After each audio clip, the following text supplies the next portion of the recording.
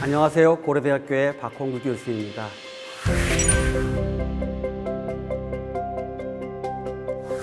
세계 정치 리더 어떻게 만들어지나 마지막 시간입니다. 이번 시간은 우리와 같이 대통령제를 채택하고 있는 미국의 얘기를 해볼까 합니다.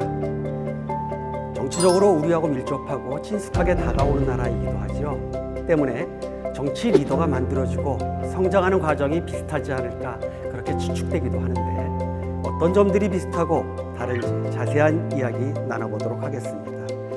중앙대학교의 정치국제학과 손병권 교수님이십니다.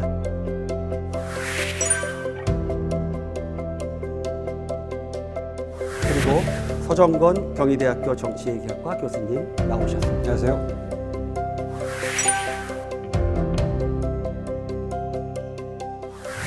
두 분 교수님은 미국 정치에 관해서는 국내 최고의 전문가이십니다. 오늘 좋은 말씀 부탁드리도록 하겠습니다.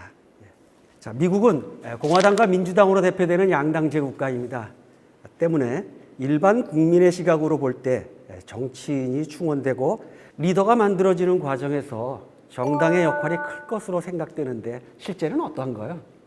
우리는 아다시피 이제 정당이 많이 축소됐다고 하지만 일단 공천권을 정당이 가지고 있지 않습니까? 유럽도 일종의 기율 정당, 사회당, 이렇게 보수당 이런 식으로 나눠져 있고 정당이 이제 상당히 공천권을 가지고 있고 공식적이고 뭔가 제도화돼 있고 기구고 고정돼 있고 이런 느낌이 드는데 미국은 아다시피 연방국가지 않습니까? 그래서 중앙당이라고 하는 것의 개념이 굉장히 약하죠. 그다음에 이제 우리나 유럽과 비교해 볼 만한 중요한 것은 공천권이라고 하는 건데 나중에 말씀드릴 기회가 있겠지만 우리 공직 후보에 보통 우리 연방 하원 이런 데 얘기하면 공직 후보에 출마할 사람들도 이제 자기가 스스로 팀을 꾸리고 움직여 나가지 정당 공천이 있는 게 아니고 예비 선거를 통해서 당내에서 경쟁해서 이기는 사람이 이제 그 당의 후보자가 되기 때문에 정당이 그렇게 좀 강하다라는 생각은 좀 안 듭니다. 우리나 유럽에게 비교해서 야망이 있는 사람이 물론 정당과 접촉은 하지만 접촉을 받겠죠.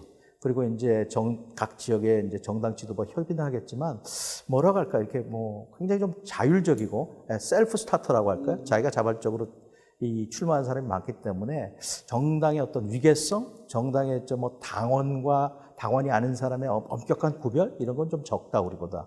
저는 그런 생각이 듭니다. 예. 그러니까 결국 개인의 판단이 참 중요하다는 것이군요. 네. 예.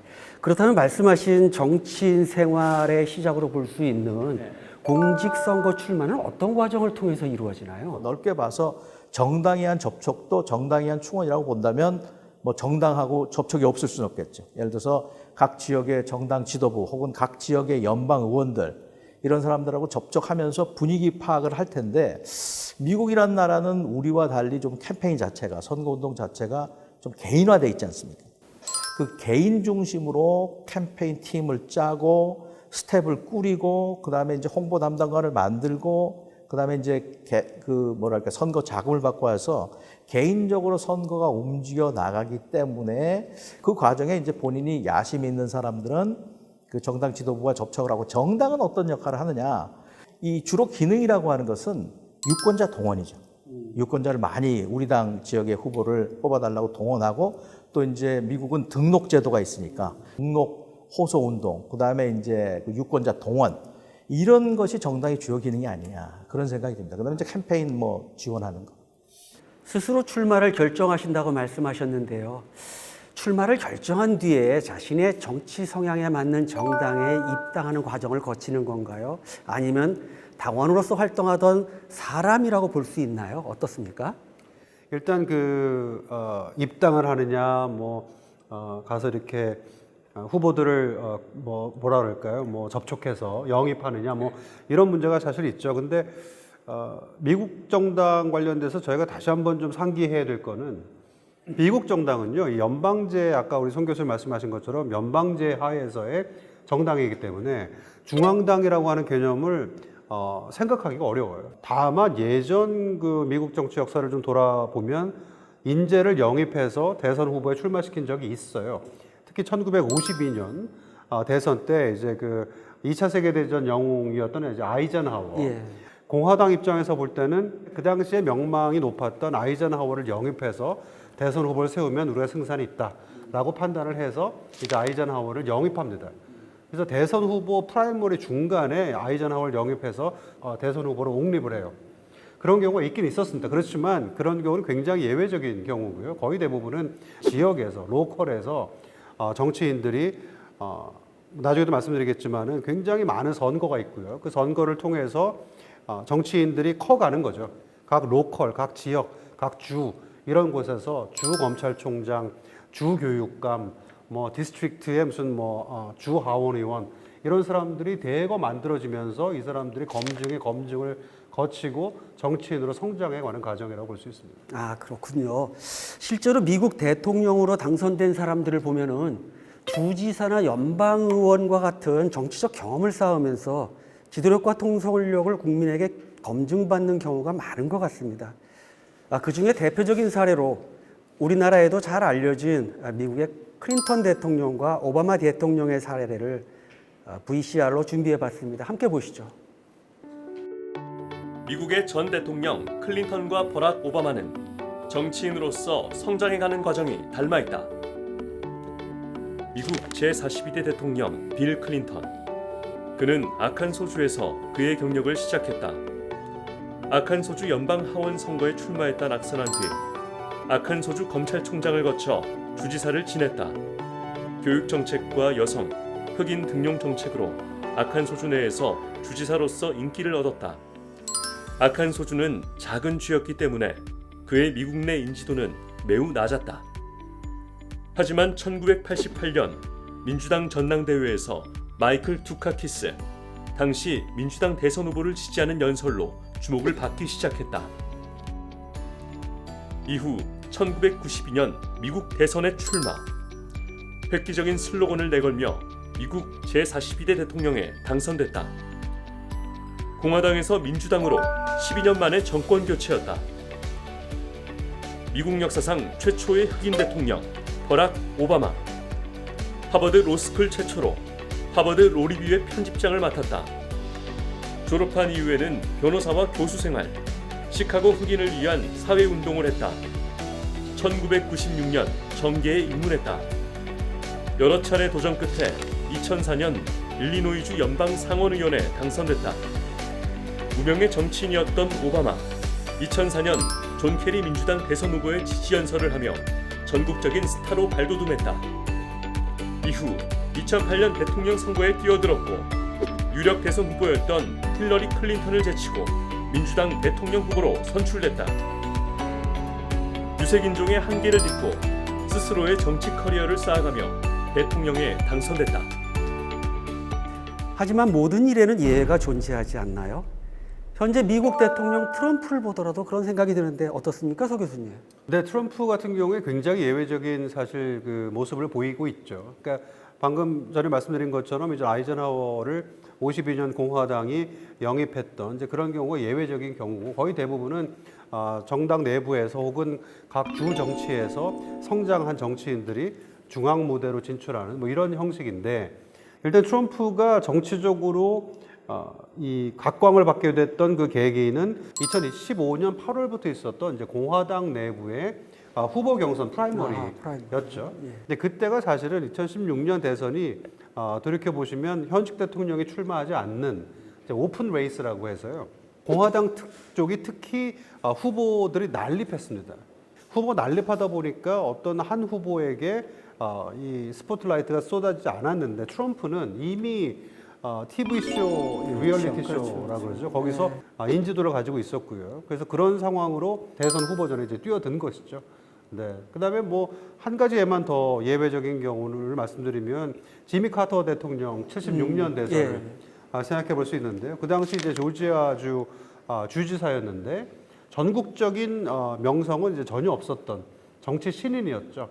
그런데 70년대 그 당시 상황이 벌써 30년대부터 시작된 뉴딜이 굉장히 오랫동안 지속되면서 정치가 조금 이렇게 정체됐다 그럴까요? 미국이 무언가 자꾸 노쇠한 느낌 이런 상황이었는데 그 지미 카터라고 하는 그 조지아 주지사가 땅콩 농장 주인이고 생소한 얼굴인데 기독교 신자고 굉장히 참신한 느낌을 예, 그럴 때 준 것이죠. 그래서 지미 카터가 뉴햄셔 프라이머리 이런 걸 통해서 갑자기 이제 전국적 이미지로 이제 부상을 하게 되는 그런 상황은 있는 것입니다.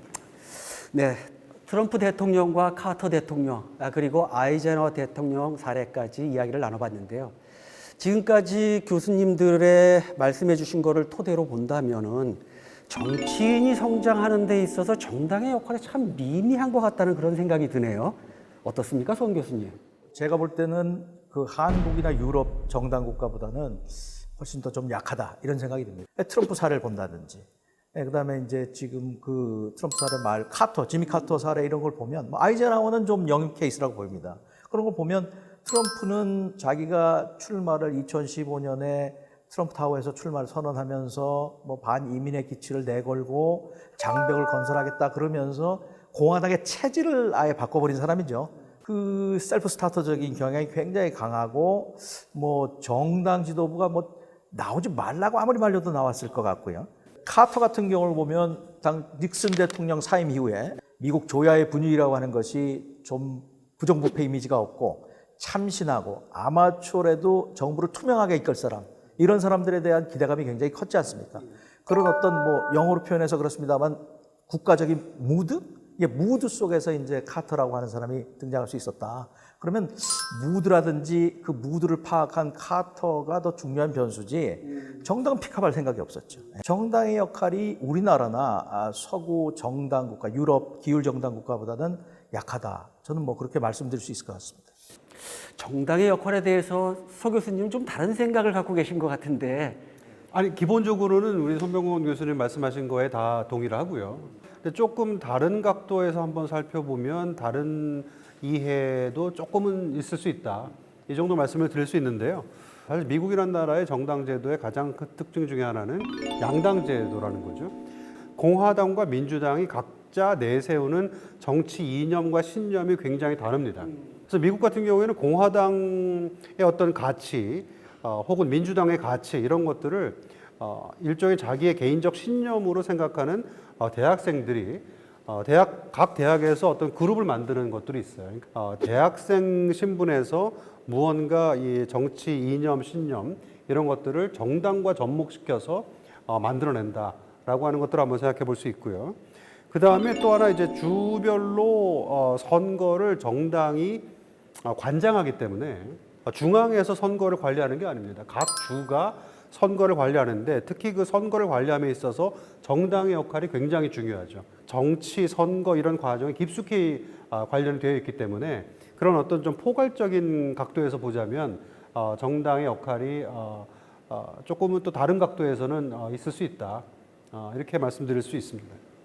예, 정리해 보자면은 그 선출직 정치인으로 당선되는 데 있어서는 정당의 역할이 그리고 어느 정당에 소속되어 있는지 하는 것이 중요한 부분을 차지할 수 있다라고 볼 수 있고, 그렇지만은 정당에서 후보자를 뭐 교육하고 뭐 관리하고 양성하고 하는 이런 것은 약하고 거의 없다고 봐도 괜찮다는 그렇게 이해하면 되겠죠. 그럼 우리나라에서는 정치인의 경험이 없지만 다른 분야에서 인지도를 쌓고 나서 정당 인재로 영입된다는 말씀들을 뭐 몇 번에 걸쳐서 해주셨는데 정당의 인재를 영입하는 여러 루트들이 있을 것 같은데 그 부분에 대해서 송 교수님은 뭐 말씀 좀 해주실 부분이 있습니까? 보통 주나 그 주의 하원이나 주의 상원 혹은 뭐 시장 이런 각 주에 있는 소규모시에서 시장을 한 다음에 보통 연방 사원 출마하고 저 야심 있으면 상원 출마하고 그다음에 주지사도 가고 그 이제 대통령 후보도 전국적인 뭐 어떤 명망도 취임도가 있으면 출마하는 것이 보통인데, 근데 그렇지 않은 경우도 있다. 분명히 많은 경우가 있는데 뭐 대표적인 사례가 우리 아는 트럼프 같은 사람이 일단 대표적인 사례겠죠. 그 알렉산드리아 오케이쇼 코르테스 뭐 하이픈 이렇게 찍어서 AOC라고 많이 부르는 그런 사람 보면 뉴욕에서 그 웨이트리스도 하고 바텐더도 했죠. 아주 그 어떻게 보면 미미한 커리어죠. 간단하게 말하면 환경운동가라고 할까요? 지역 뭐 개발 활동가라고 할까요? 이런 사람이었죠. 그 다음에 오바마 대통령 같은 경우에도 시카고에서 소위 그 뭐 지역 개발 사업이라 그럴까요? 뭐 흑인 민권이라고 할까요? 이런 운동을 했던 그런 이제 인물이었죠. 그러다 이제 그 2004년 민주당 전당대회인가요? 거기서 이제 키노트 스피치를 하면서 전국적인 인물로 부각되고 그런 걸 보면 반드시 어떤 정형화된 뭐 하위 공직에서부터 시작해서 차근차근 밟아 나가는 것이 아닌 사례도 충분히 있다. 이렇게 말씀드릴 수 있을 것 같습니다. 네. 그래서 보통 연방 하원 의원 경우를 보게 되면 주차원 하위 공직에서 시작해서 연방 의회로 진출하는 경우가 일반적인데 그래서 저희가 좀 부족한 부분이라고 할 게 뭐냐 미국 정치에서 부족한 부분 뭐 한국 그다음에 자유민주주의 국가에서 대부분 많은 그 적지 않게 부족한 부분이라고 하는 것이 뭐라고 할 거냐면 소위 그 가지지 못한 자, 그다음에 소외된 자, 그다음에 뭐 이런 그 중앙부대에 자기 목소리를 낼 수 없는 사람들 이런 사람을 대변하는 그런 문제가 굉장히 이제 부각이 되고 있는데 실제로 지금 미국 같은 경우도 봐도 물론 뭐 오바마도 있고 우리 그 알렉산드리아 오케이저 코르테스 이런 사람도 116대에서 일한 오마르 등 그 무슬림을 대변하는 사람들도 나왔지만 전반적으로 시민단체라고 할까요? 지역 어떤 그 지역 사회의 개발을 위해서 일하는 사람이라고 할까요? 혹은 공익을 위해서 일하는 사람, 소수 인종을 위해서 일하는 사람 이런 사람들이 여전히 부족해서 이런 문제에 대해서는 뭐 미국뿐만 아니라 뭐 자유민주주의를 추구하는 모든 국가에서 좀 이런 문제에 대한 어떤 그 시정을 위해서 제도적인 어떤 대비책이 마련돼야 된다 그런 생각은 듭니다. 자, 그럼 이제 정치인을 지원하는 네트워크 또는 싱크탱크 쪽으로 화제를 좀 돌려보도록 하겠습니다. 서정곤 교수님, 저는 미국의 대표적인 정치 지원 조직으로 알려진 코크 네트워크, 우리가 또 잘 알고 있는 미국의 싱크탱크들 많이 있지 않습니까? 이러한 네트워크나 싱크탱크가 정치인을 충원하는 데 있어서 직간접적으로 일정한 역할을 한다고 알고 있는데 거기에 대해서 좀 더 설명을 좀 해주시면 어떻겠습니까?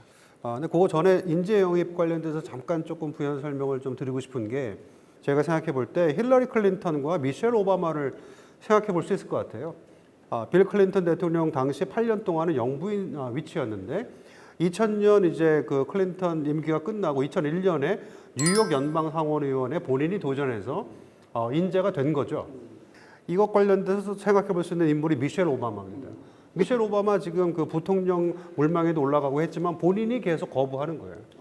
그러니까 인재 영입이라고 하는 그 단순한 개념을 좀 넘어서서 어차피 미국은 선거의 나라이고 그 선거의 나라에서 본인이 선거직에 도전을 하고 그 도전 과정을 지켜보는 국민들이 검증을 하고 이런 과정들이 합쳐질 때 선거를 통한 이 정치 성숙, 정치인의 성숙 이런 것들이 이제 이루어진다고 볼 수 있죠. 코크 형제 관련돼서 이제 말씀을 주셨는데요. 뭐 석유, 뭐 또 천연가스 등등해서 이제 거액을 벌어들인 사람들인데 코크 브라더스는 특이하게도 자신들이 가지고 있는 정치 이념과 맞아떨어지는 신인들을 지원해주고요. 그 다음에 뭐 캠페인을 이제 도와주고 하는 식으로 굉장히 정치적 어떤 그 역할을 하는 지금 상황입니다. 그 다음에 그 국내에서도 잘 알려져 있지만 그 헤리티지 재단이라고 하는 곳에서 그 젊은 정치인 양육 그 개발 프로그램이랄까요 이런 것들을 이제 만들어 가지고 정치의 뜻이 있는 사람들에 대해서 교육도 하고요. 그다음에 정치 관련돼서 홍보도 하고 또 실제로 이제 캠페인에 투입을 하기도 하고요. 이런 식으로 이제 활동들이 이제 벌어지는 거죠. 그러니까 그 코크 형제들 같은 경우에는 어떻게 보면 미국이란 나라가 가지고 있는 그 특징, 선거의 나라이고 미국이란 나라는 넓기 때문에 선거를 치르려면 일정 정도 이상의 정치 자금이 들어가고 그 정치 자금과 선거 이 두 가지를 합친 이 정치의 특징을 이 코크 브라더스가 잘 이용하고 하는 과정에서 큰 영향을 미친다고 볼 수 있죠. 네, 정치인들을 지원하는 네트워크나 아니면은 그 싱크탱크에 대해서 지금 서 교수님께서 많이 잘 말씀해 주셨는데 뭐 그 부분에 대해서 우리 송 교수님께서도 뭐 추가해서 말씀해 주실 게 있으신지요? 뭐 많이 생각해 보지는 못했습니다만 뭐 미국에 반드시 헤리티지나 코크 브라더스가 운영하는 뭐 여러 가지 그 기관들뿐만 아니라 뭐 민주당 진영이라든지 혹은 진보 진영도 자기 나름대로 싱크탱크들을 운영하고 그 싱크탱크라고 하는 것이 뭐 굉장히 큰 싱크탱크일 것 같으면 각 지역별로 이제 뭐 그 지부 조직들이 있을 텐데요. 이런 데서 일반적으로 그 어떤 그 뭐라고 할까요? 지속적으로 뭐 리크루트 충원이다라고 하면 곤란하지만 자기들의 이념에 맞는 그런 사람들에 대해서 일단 선거가 시작이 되면 뭐 지원을 한다든지 그 사람을 위해서 홍보를 한다든지 뭐 이런 것들은 충분히 있을 거라고 생각이 됩니다. 예, 그럼 앞서 얘기로 다시 돌아가서 정치 신인이 성장하고 부각되는 그런 부분에 대해서 알아보도록 하겠습니다. 송 교수님께서는 정치 신인이 충원된다라기보다는 개인 스스로가 성장한다. 라고 이런 말씀을 해주셨는데, 그렇다면 개인으로서 정치 신인이 어떤 과정을 거치면서 성장하는지에 대해서 좀 더 구체적으로 좀 말씀을 해주실 수 있겠습니까? 보통 이제 정치를 하겠다 그러면 주 수준에서 조그만 그 시장 후보에 출마해서 당선이 된다든지 주 하원, 그 다음에 주 상원으로 당선이 돼서 그 다음에 이제 거기서 좀 나름대로 요새 말로 하면 스펙을 쌓고 지지층을 만들고 그 다음에 거기서 명망을 쌓고 그 주나 자기 지역구의 어떤 정당 지도부들 이런 사람들하고 좀 교감을 하면서 뭐 내가 출마하면 어떨까 정도 의사타진을 해보겠죠. 그러니까 본인이 결정한다고 생각이 됩니다. 선거법상 제한이 있는 게 아니잖아요. 미국은 언제든지 내가 출마한다고 선언할 때가 이제 후보 출마가 되는 거니까. 그 다음에 자기가 그 여러 다양한 자발적인 어떤 그 이익 집단이라든지 일반 유권자 당원들의 선거 자금을 모금하고 개인적으로 선거팀을 꾸린 다음에 이렇게 움직여 나가는 것이 일반적인데, 그런데 최근 선거였던 2016년 116대 하원 경우를 보면은 그런 정교화된 패턴이 약간 줄었다. 오케이저 코르테스 같은 사람, 일한 오마르 무슬림 이런 사람들이 당선이 된 것은 또 당대 분위기라는 것도 무시할 수 없는 것 같아요.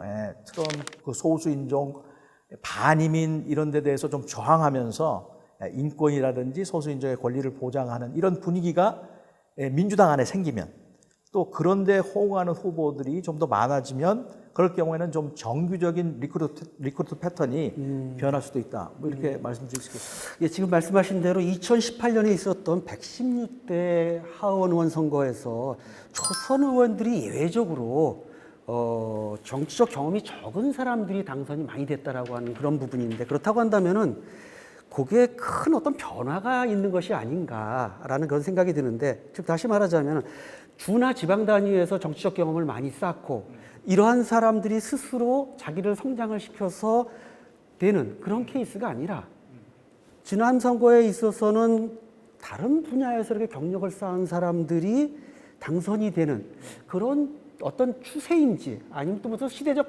분위기라고 말씀을 하셨는데, 그런 변화인지 하는 건 좀 더 지켜봐야겠지만, 아무튼 그 중에서도 특별히 눈에 띄는 게 지금 계속 말씀하셨던 알렉산드리아 오카시오 코르테스지 않습니까?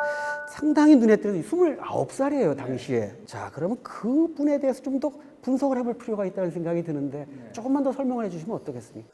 그 오케이저 코르테스 의원 보니까 뭐 그 보스턴 대학을 나와서 그 다음에 그 정치에 상당히 관심이 많았던 것 같아요. 뭔가 좀 변혁을 위한 어떤 필요성, 이대로 미국 사회가 가서는 이 소외되고 중앙 무대에 발언을 할 수 없는 사람들의 목소리는 그냥 묻힌다라고 하는 것을 인종적인 배경에서부터 뭐 뼈저리게 느꼈을 거라고 생각합니다. 그러면서 정치에 대해서 꾸준히 관심을 보이고 그 연방 의원 보좌관 일도 하는데, 일종의 그 뭐라 그럴까, 제각성이라 그럴까, 어떤 그 내가 정말 한번 해봐야겠다라고 느낀 계기는 아무래도 2016년 그 샌더스 의원이 그 등장했을 때, 그때 자기의 어떤 이념 이런 것과 공명하는 후보를 만났다고 보여집니다. 그러면서 본인이 상당히 적극적으로 이제 같이 움직이면서 선거 운동도 하고 정치적인 꿈을 좀 더 구체화시키고, 그러면서 뉴욕에서 한번 출마해보자. 아마 샌더스 당시 그 민주당 후보하고 여러 가지 그 교감이 있지 않았을까 하는 생각이 들고, 뭐 추측입니다만 한번 해봐라, 격려. 그럼 내가 하면 당신이 좀 지원 유세 해줄 수 있겠느냐. 이 정도 교감은 있지 않았을까. 그래서 결국 통상의 경우에는 볼 수 없는 그 상당히 그 당시에 현직 의원이 상당히 강했던 의원으로 알고 있는데 이기고 이제 당선이 됐다. 뭐 이렇게 얘기할 수 있겠습니다. 네. 그러면 AOC 경우도 개인의 역량이 상당히 중요했다고 볼 수 있겠네요, 그러면. 역량도 중요했다고 보여지고요. 당시에 좀 시대적 분위기도 있었다고 보여지고, 그 좀 진정성이 있었다고 보여집니다. 그렇지만 네. 말이죠. 네. 중요한 것 중에 하나는 뭐냐면은 결국 민주당 경선에서 승리를 했고 AOC가 그렇다 보면은 결국에는 이제 언론의 스포트라이트도 받게 되고 그런 과정을 거치면서 AOC 개인의 능력보다도 어떻게 본다면은 그러한 경선 제도라고 하는 그 제도를 통해서 경선 제도가 일종의 미국 정당의 공천 제도와 비슷한 건데 결국 그렇게 본다면은 정당의 영향력이 있었지 않나. AOC의 경우에조차도 그런 생각을 해보는데 자 그러면은 공천제도, 그러니까 미국식 공천제도라고 하는 게 이제 예비선거인데 자 이 부분에 대해서 좀 얘기를 좀 더 나눠봤으면 좋을 것 같습니다. 예. 뭐 대통령 선거와 연방 의원 공직, 공히 뭐 미국은 잘 아시겠지만 유권자나 당원들이 들어가서 대통령 후보, 연방 상원의원 후보, 하원 의원 후보를 이제 직접 뽑는 그런 제도를 가지고 있죠. 우리나라에서 이제 프라이머리라고 부르고 그렇죠. 국민 참여 경선이라고도 부르는 그런 제도인데 뭐 주 상원 의원이면 주 수준에서 하원 의원이면 그 하원 435개 지역구에서 민주당이나 공화당 후보로 당선될 사람을 그 주에 있는 유권자나 그 지역구에 있는 유권자나 그 주 혹은 그 지역구에 있는 당원들이 직접 뽑게 하는 제도가 소위 그 예비선거 제도다 이렇게 볼 수가 있겠는데 보통 대통령의 경우에는 직접 예비선거하고 코커스 제도 이게 두 개로 구별이 되는데 많은 경우가 이제 그 예비선거 제도를 실시하고 있고 코커스는 우리 아는 아이오와 코커스 정도로 이제 좀 숫자가 적은데 연방 하원 상원 선거에서 코커스 쓴다는 말은 못 들어봤습니다. 그래서 그 선거에 있어서 중요한 게 정당 지도부 역할이 아니라 지역구에 있는 당원과 유권자 역할이다. 그래서 자기 당 당원만 들어가는 것을 우리는 폐쇄형 예비선거라고 하고 일반 유권자나 다른 당 당원들도 들어오는 것을 우리는 개방형이라고 부르는데 이런 예비선거를 통해서 경쟁력 후보가 있는 후보가 결국 그 정당 후보로 정당 지도부의 의사와 무관하게 당선될 수 있다. 물론 정당 지도부는 자기가 원하는 후보를 지원할 수 있겠죠.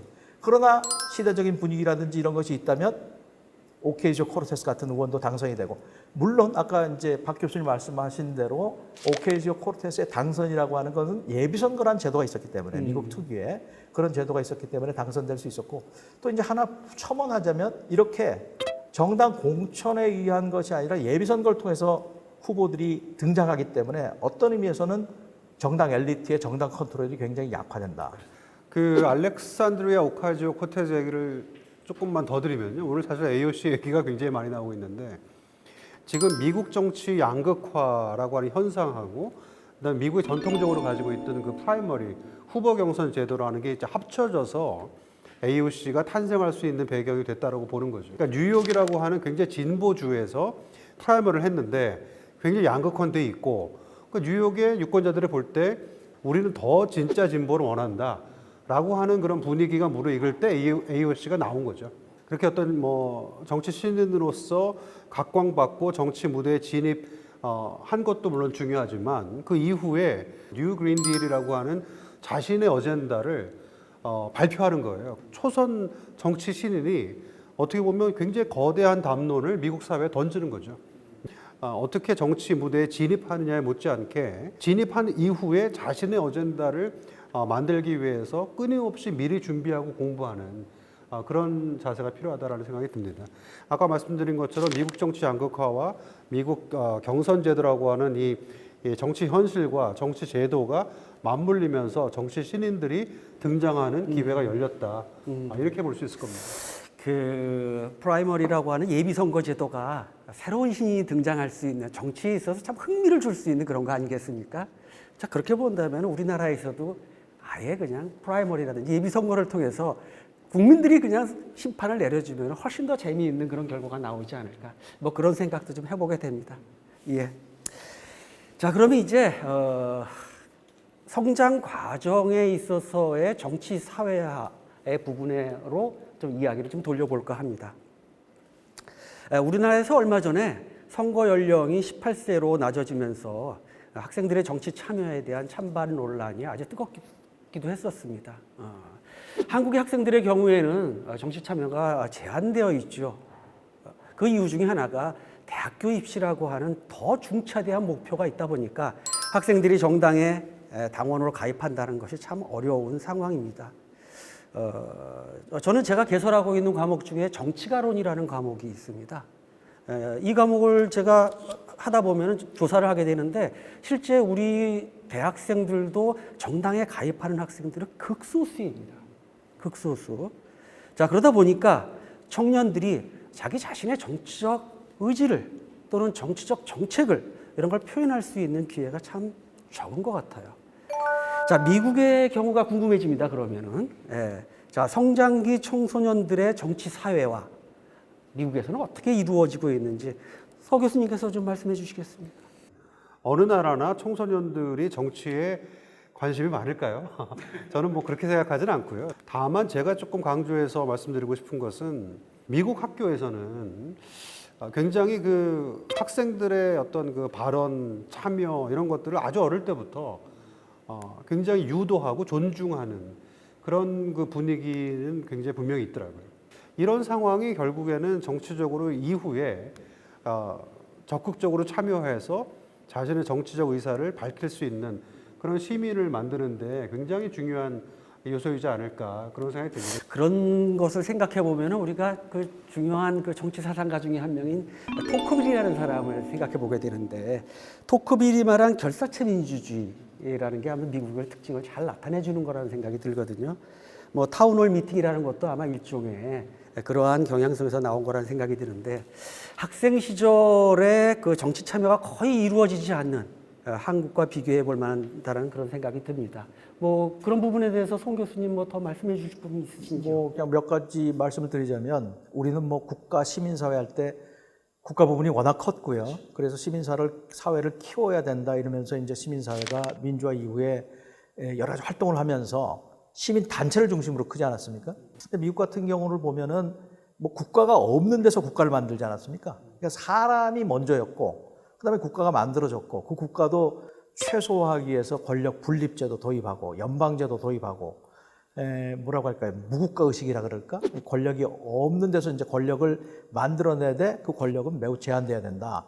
이런 제도적인 측면이 하나 있고요. 그 다음에 말씀하신 대로 토크빌이 봤던 식으로 미국 사람들은 하여튼 이슈가 생기면 모이기를 좋아하는 것 같습니다. 그래서 어떤 이슈가 생기면 뭐 굉장히 자발적으로 사람들이 모여서 자기들끼리 토론하고 문제 해법을 찾아내고 뭐 타운홀이나 교회당, 공회당이나 교회에서 이런 것들이 상당히 좀 전통화되어 있고 체질화되어 있다 그럴까요? 이제 학생들 같은 경우를 보면 학교에서 점수화되지 않은 어떤 자발적인 운동이라 그럴까요? 아까 서 교수님도 말씀했지만 뭐 학생 클럽 같은 거 많지 않습니까? 그다음에 학생들이 정치 운동하는 것에 대한 제한 같은 거 거의 없고요. 그런 데서 학생들이 모여가지고 토론하고 자기들끼리 해법을 찾고 하는 것들이 좀 일반화되어 있는 것 같습니다. 그리고 무슨 우리 가끔 뭐 미국의 민주주의 뭐 이런 재하의 프로그램들 보면 뭐 어머니 따라서 선거 때 정당 사무소 가서 같이 뭐 투표 그 전단지 접기도 하고 봉투에 넣기도 하는 거 가끔 보지 않습니까? 그런 거 보면 상당히 좀 일상화되어 있고 자연스럽고 어떤 그 정치라는 것을 내 일상의 문제와 유리되지 않은 것으로 여기는 그런 훈련할 기회들이 좀 우리보다 상당히 많다. 그런 생각이 좀 듭니다. 네. 결국 보면은 정치를 지망하고 또는 정치를 하고 싶어하는 사람들을 위한 굳이 고등 교육기관이 필요 없다라고 하는 그런 느낌이 들거든요. 미국 같은 경우에. 뭐 우리 일본 같은 경우에 뭐 잘 모르겠지만 뭐 마쓰시다 정경수 같은 거 있었고 프랑스 같으면 뭐 고등 사범학교니 뭐 등등 엘리트 코스 정치로 뭐 예외 없이 뭐 프랑스 대통령들은 꼭 거쳐왔다는 그런 어떤 정치인 양성 기관이죠. 그런 기관들이 일본 뭐 유럽 이런 데는 있는 것으로 알려져 있지만 미국은 딱히 그런 건 잘 모르겠고요. 그런 기관이 있는지는 제가 들어보지 못했고 다만 정치를 하고 싶어하는 사람, 그 다음에 실제로 정치인들의 그 교육이나 이런 것을 보면은 이제 아무래도 로스쿨 출신이 많고 아니면 정치와 관련된 뭐 전문대학원 출신들이 많다. 그런 정도 말씀드릴 수가 있지 무슨 특별하게 정치인 양성학교 이런 것이 따로 있다고는 생각이 되지 않습니다. 네. 네, 지금까지 미국의 정치 리더가 어떻게 만들어지는가라는 것에 대해서 얘기를 나눠봤습니다. 뭐 대통령제 국가라서 한국과 유사한 점이 많을 것 같다라고 생각은 했는데 의외죠? 많이 다릅니다. 예. 자, 그럼 마지막으로 이제 두 교수님께서는 미국의 사례를 통해 우리가 얻을 수 있는 시사점이 무엇이라고 보시는지요? 손 교수님. 그 지금까지 나온 얘기를 총체적으로 한번 말씀을 들어보면 예를 들어서 예비선거 제도를 통해서 나름대로 상상하기 어려웠던 어떤 후보들이 등장하고 그런 후보들이 어떤 의미에서 변혁의 기치를 내걸고 정치권과 사회에 굉장히 큰 임팩트를 주는 이런 현실들이 있는데 그런 의미에서는 저희도 한번 물론 부작용이 있을 겁니다. 그러나 저희도 한번 과감하게 어떤 그 탑다운 방식이 아니라 바텀업 방식의 공천 방식을 한번 진지하게 고려해 볼 필요도 있다 하는 말씀을 먼저 하나 드리고요. 그 다음에 무슨 학생들의 어떤 정치의식 함양 이런 거 관련해서 아무리 뭐 미국에서 토론 문화가 발달이 돼 있고 자기들끼리 자주 모여서 그 정치적인 훈련을 하는 것이 일상화되어 있다고 하지만 미국도 만약 입시 제도가 우리처럼 이렇다면 모든 것이 점수화되어 있다면 과연 그 친구들이 그렇게 지금 하는 것처럼 정치에 관심을 가지고 자발적으로 움직일 수 있을까 이런 생각이 듭니다. 다시 말해서 저도 뭐 고등학교 다니는 아이를 키우고 있지만 이 정치에 관심들이 많은 학생들이 많아요. 그런데 이게 이 점수화된 입시 때문에 그리고 점수화된 입시 때문에 자기가 하고 싶은 어떤 프로그램이나 정당 활동 혹은 뭐 이렇게 자기들끼리 모여서 정치 토론하는 것이 상당히 어렵지 않겠습니까? 왜냐하면 뭐 공부해야죠. 학원도 가야 되고. 그래서 그런 문제들이 있고 또 그렇다고 하면 입시 안에서 정치에 대한 관심을 가질 수 있게 해줘야 되는데 제가 뭐 얼핏 어디서 전해 들은 바에 의하면 그 학술회의에서 들은 얘기인데 이 법과 정치라는 과목이 어렵답니다. 굉장히 어려워서 뭐 정치도 권력 뭐 이런 거 어렵고 법 부분도 어렵고 그래서 이 법과 정치를 사회교과 가운데 선택한 학생이 적다고 합니다. 이게 지금 좀 문제다. 그래서 교과를 통해서라도 학생들이 좀 법, 정치 이런 것들이 이제 우리 사회에 줄 수 있는 영향 그걸 통해서 자기도 뭐 정치를 좀 해봐야겠다. 정치가 중요하구나 이런 걸 알아야 되는데 그것이 굉장히 어렵다 그래서 참 아쉽다. 입시화된 것들이 정치에 대한 학생들의 관심을 아주 어린 시절부터 좌절시키는구나 하는 것이 있어서 좀 아쉽다 하는 말씀을 마지막으로 좀 드리고 싶습니다. 예, 서 교수님께서는 뭐. 네, 저는 뭐 미국 정치 이제 연구하고 강의하고 하면서 제가 미국 정치를 한마디로 정의하면 뭐라고 할 것이냐라고 이제 생각해 보면 미국 정치는 선거의 정치다. 그러니까 미국이라는 나라 자체가 선거로 태어난 나라이고요. 선거를 한 번도 쉬지 않았고, 그다음에 미국 하원을 포함한 선거가 매 2년마다 있고요. 그래서 선거의 나라인 미국의 정치 역사 혹은 제도 현실 이런 것을 이제 바라보면서 우리가 얻는 시사점은 결국 선거라고 하는 것은 조금 안쪽으로 들여다보면 후보가 있고 이 후보가 자신이 생각하는 정치 이념, 신념, 그다음에 개혁적인 정책 아이디어 이런 것들을 잘 준비해서 유권자들에게 선보이고 유권자들은 서로 다른 후보들이 내세우는 그런 정책 아이디어들을 잘 심판해서 좋은 후보를 뽑는 그런 과정이 결국 선거인 거죠. 그러니까 정치인의 관점에서 보면은 얼마나 좋은 아이디어를 가지고 국민들에게 공감을 얻을 수 있는 정치 어젠다를 준비하고 설득할 수 있느냐 이런 이제 관점이 될 텐데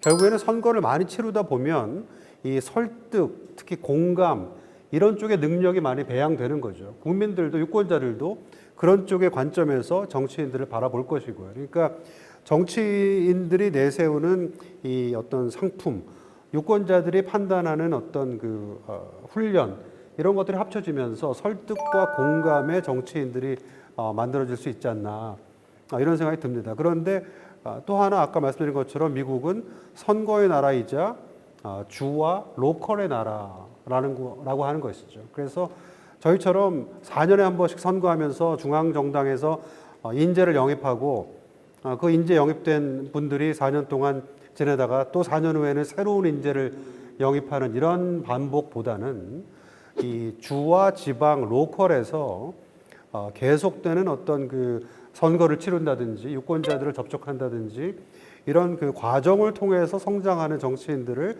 우리가 만나는 것이 중요하다라는 생각이 드는데요. 관련돼서 결국 우리도 지방자치가 이제 활성화돼야 된다라는 말씀을 좀 드리고 싶습니다. 너무 상투적인 말씀 같지만 사실은 우리도 지방에서 로컬에서 정치인들이 성장하지 않으면 검증된 정치인을 만나기 어렵다는 거죠. 특히 우리가 코로나 지금 시대인데 코로나 시대를 저희가 생각해 보면 더더군다나 지방자치단체라든지 주의회라든지 이런 그 지방자치, 지방 정치가 잘 돼야 저희가 코로나를 잘 방역할 수 있는 것처럼 그 지방에서부터 로컬에서부터 정치 신인들이 만들어지고 이런 정치 신인들이 중앙 무대로 진출하는 그 과정 자체를 국민들과 함께 할 때 우리는 결국 좋은 정치인을 국가 전체가 영입하는 것이 아닌가 이런 생각이 듭니다. 예, 미국의 사례를 통해서 정당이 정치인을 충원하거나 교육하거나 양성한다기보다는 개인들 스스로의 힘으로 정치인이 되는 미국을 확인할 수 있었습니다. 그 과정에서 국민의 선택을 받고 성장한다는 것을 알 수 있었습니다. 정치는 어려운 것이 아니라고 생각합니다. 국민이 필요한 곳에서 국민을 위한 일을 하는 것이 정치의 출발점이겠죠. 그러기 위해서는 정치 리더가 만들어지는 과정에 대한 국민들의 적극적인 관심이 필요하지 않을까 싶습니다. 지금까지 영국, 프랑스, 미국에서 정치 리더가 만들어지는 과정을 살펴보았습니다. 이 과정 속에서 자연스럽게 대한민국의 정치가 정치 리더가 어떻게 만들어지는가 하는 것을 비교할 수 있었습니다. 정리하자면 대한민국에는 3가지가 없다고 요약할 수 있습니다. 첫째, 청소년기의 정치 사회가 없습니다. 둘째, 정당이 정치 리더를 만드는 기능이 없습니다. 셋째, 정치 리더를 교육하는 고등교육 기관이 존재하지 않습니다. 서두를 필요는 없다는 생각이 듭니다. 그렇지만 대한민국의 정치 발전을 위해서 우리는 정치 리더에 관한 부분에 대해서 아무것도 하지 않는 것은 무책임하다는 생각이 듭니다.